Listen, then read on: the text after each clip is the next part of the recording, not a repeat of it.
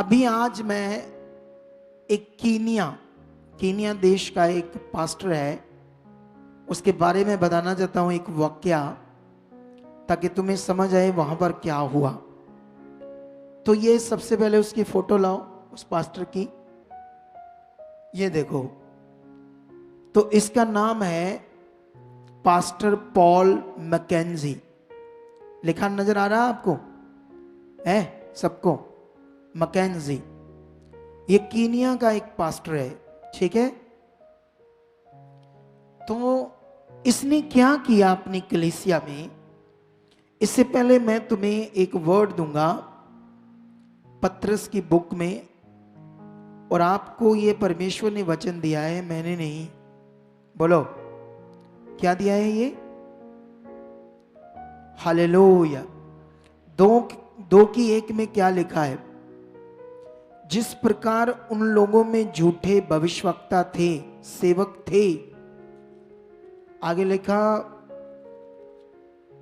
उसी प्रकार तुम में भी झूठे उपदेशक होंगे, जो नाश करने वाले पखंड का उद्घाटन छिप कर करेंगे, और उस स्वामी का जिसने उन्हें मोल लिया है इनकार करेंगे, और अपने आप को शीघ्र विनाश में डाल देंगे। हालेलुया। अब हम एक वीडियो चलाएंगे, इंग्लिश में है, मैं बताता हूं इंग्लिश क्या लिखा है यहां पर इस वीडियो में, इस पास्टर ने क्या किया था, ठीक है? चलाओ इस वीडियो को। Our last story is from Kenya, where more than 50 people are dead, not because of disease, not because they met with an accident, not even because of a natural calamity or war. These people died due to starvation. Again, not because food was not available, but because they chose to starve themselves, not out of free will. These were followers of a cult, and their preacher told them to starve to death to meet Jesus. It's disturbing. And here's the really scary part. An 800-acre area of woodland has been declared a crime scene. And authorities say the number of people dead could be much higher than what they've revealed right now. Here's a report. Do you want to meet Jesus? A Kenyan cult knows the way. All you need to do is starve to death.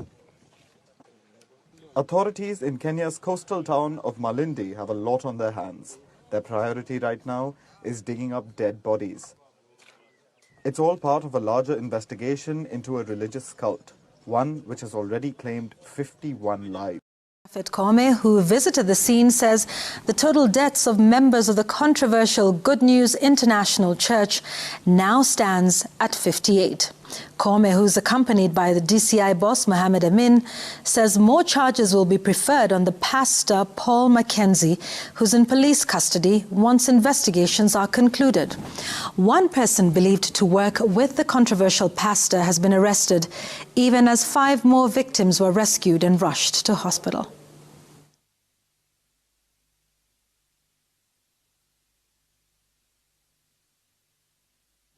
Hallelujah. तो ये बड़े दुख की video है कि जो हमारे बहन भाई कीनिया में रहते थे, ठीक है, कीनिया देश के हमारे बहन भाई हैं या नहीं? पाकिस्तान के लोग हमारे बहन भाई हैं या नहीं? चाइना के लोग, अमेरिका के लोग, पूरी दुनिया के लोग। तो पूरी दुनिया के लोग तो एक ही खुदा के, एक ही परमेश्वर के लोग हैं। लेकिन आप जानते हो, बाइबल में एक जगह पर लिखा है, यीशु मसीह ने कहा था कि जो मुझसे भी ज्यादा अपने घर वालों को, माता पिता को, बहन भाइयों को प्यार करता है, वो मेरे योग्य नहीं। ऐसे क्यों कहा था? इसमें हमारे लिए एक जीवन का पॉइंट था। लेकिन कई लोग इस पर टिप्पणी करते हैं, दूसरे लोग जो यीशु पर विश्वास नहीं करते कि आपका खुदा कैसा है, वो तो स्वार्थी है। वो कहता है मुझे ही ज्यादा प्यार करो, अपने परिवार को ना करो। वो ऐसी बात बोलने का मतलब क्या था यीशु का? यीशु का ये बात करने का मतलब था कि मुझसे प्यार करने का मतलब क्योंकि मैं प्रभु हूं, मैं खुदा हूं, मैं इंसान नहीं हूं। ठीक है? और जो मैं कहा, जो मैंने कहा, उसको पूरा करना जीवन है तुम्हारे लिए। क्योंकि होता क्या है, जब कोई उस परमेश्वर से ज्यादा किसी इंसान से प्यार करता है तो फिर ऑब्वियसली वो उसकी बात को पूरा करेगा, उसके लिए जान भी दे देगा, कुछ भी करेगा। चाहे अगला बंदा उससे गलत काम करवाए, वो भी फिर वो करेगा, करेगा ही नहीं। इसीलिए यीशु मसीह ने वर्ड दिया था कि सबसे ज्यादा तुमने मुझसे प्यार करना है, उसके बाद इंसान को। ये नहीं कि उसने इंसान को प्यार करने के लिए नहीं कहा, उसने तो दुश्मनों से भी प्यार करने के लिए कहा है। लेकिन इस वचन से हमें यह शिक्षा मिलती है, ऐसे अंधे प्यार को नहीं करना जिसमें कल को हमारी जान चली जाए। हालेलुया।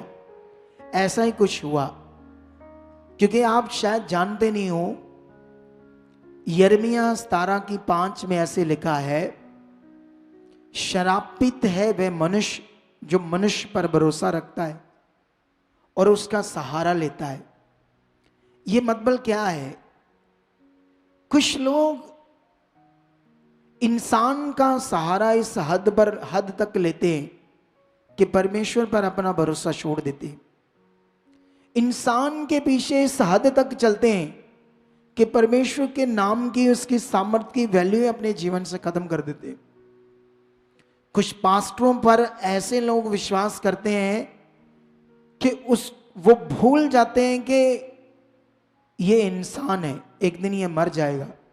ऐसे भूल जाते हैं और ऐसा विश्वास करना शुरू कर देते हैं जैसे वो खुदा ही हो, जैसे संसार की दुनिया करती है वैसा। क्रिश्चियनिटी में ऐसा नहीं है, ये बात याद रख लो। इन्हीं का फल भुगतना पड़ा इन 58 लोगों को, क्योंकि इस पास्टर ने उन्हें अपनी बुद्धि से यह सिखाया कि मुझे आत्मा ने कहा है कि ऐसे उपवास रखो कि कुछ भी पानी तक ना पीना। जाओ जंगलों में ऐसा उपवास रखो, तुम उपवास में अगर मर भी गए तो तुम्हें पुनरुत्थान मिलेगा, तुम जी उठकर यीशु के साथ जाओगे।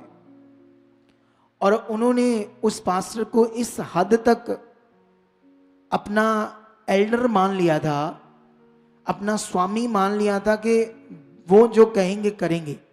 लेकिन वो बाइबल जो थी उसमें ऐसा कहीं भी नहीं लिखा कि ऐसा कोई उपवास रखो या ऐसा कुछ करोगे तो यीशु तुम्हें मिलेगा। वो किसके विचार थे, किसकी बुद्धि थी? नेगेटिव बुद्धि थी उस पास्टर की, जिसकी वजह से उन लोगों ने उसके वर्ड को जो पूरा किया, जो नॉन बिब्लिकल था, बाइबल से बाहर था, और जंगलों में जाकर भूखे रहे, उपवास किया, और कम से कम 58 लोगों की मौत हो गई। सोच कर देखो। तो ये क्यों आपको सीखना, आज क्यों समझना है? क्योंकि यीशु मसीह ने भी ऐसे अपने मुंह से कहा, अंत के दिनों में ऐसा होगा कि मेरे नाम से लोग आएंगे और चुनो हुओं को भरमा देंगे। अंत के दिनों, इन दिनों की बात, ये अंत के दिन है। इसीलिए तुम्हें बाइबल को अच्छे से पढ़ना है और बाइबल की उन बातों में रहना है तुम्हें जो बिब्लिकल है, उनसे बाहर नहीं जाना। कोई भी कुछ सिखाए आपको, बड़े से बड़ा अगुआ या छोटे से छोटा अगुआ, कोई भी एकदम से किसी भी बात पर आपने विश्वास नहीं करना। उसे सबसे पहले ये चेक करना है सचमुच ये बिब्लिकल है, खुदा के कलाम के मुताबिक है या नहीं। हालेलुया। अब सोच कर देखो, परमेश्वर ने तो ये कहा, श्रापित है वह मनुष्य जो मनुष्य पर भरोसा रखता है और उसका सहारा लेता है। लोग तो इससे भी बढ़कर कुछ कर रहे हैं। मनुष्य तो फिर भी जिंदा है, वक्त आने पर शायद कोई मनुष्य काम भी आ जाए, लेकिन मटेरियल काम आ सकता है? उससे भी बढ़कर विश्वास कहां चला गया लोगों का? मटेरियल के ऊपर। हालेलुया। समझ आ रही है नहीं आ रही? परमेश्वर के लोगों की बात कर रहा हूं, मैं बाहर के लोगों की बात नहीं कर रहा। वो तो हम जानते ही वो क्या कर रहे हैं, नाले वो उनकी इच्छा है, वो उनका धर्म है, जो करना उनके अनुसार है। हम तो अपने लोगों की बात कर रहे हैं सिर्फ।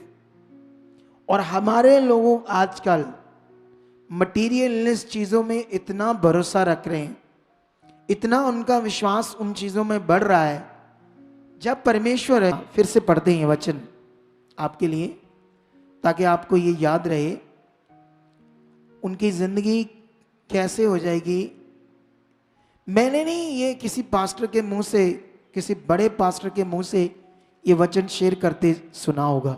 सच्ची आपने सुना कभी? ये जो यिर्मयाह 17:5 है, आपको कोई नामी ऐसे पास्टर नहीं मिलेगा कि ये वचन पढ़ाएगा, क्योंकि वो सोचेगा मैं भी तो मनुष्य हूं। तो ऐसा ना धीरे धीरे ये लोगों का विश्वास मुझ पर हट जाए, इनका विश्वास मुझ पर बने रहना चाहिए, ये मेरियां बकरियां बनकर रहनी चाहिए, यीशु की भेड़ें नहीं। हालेलुया।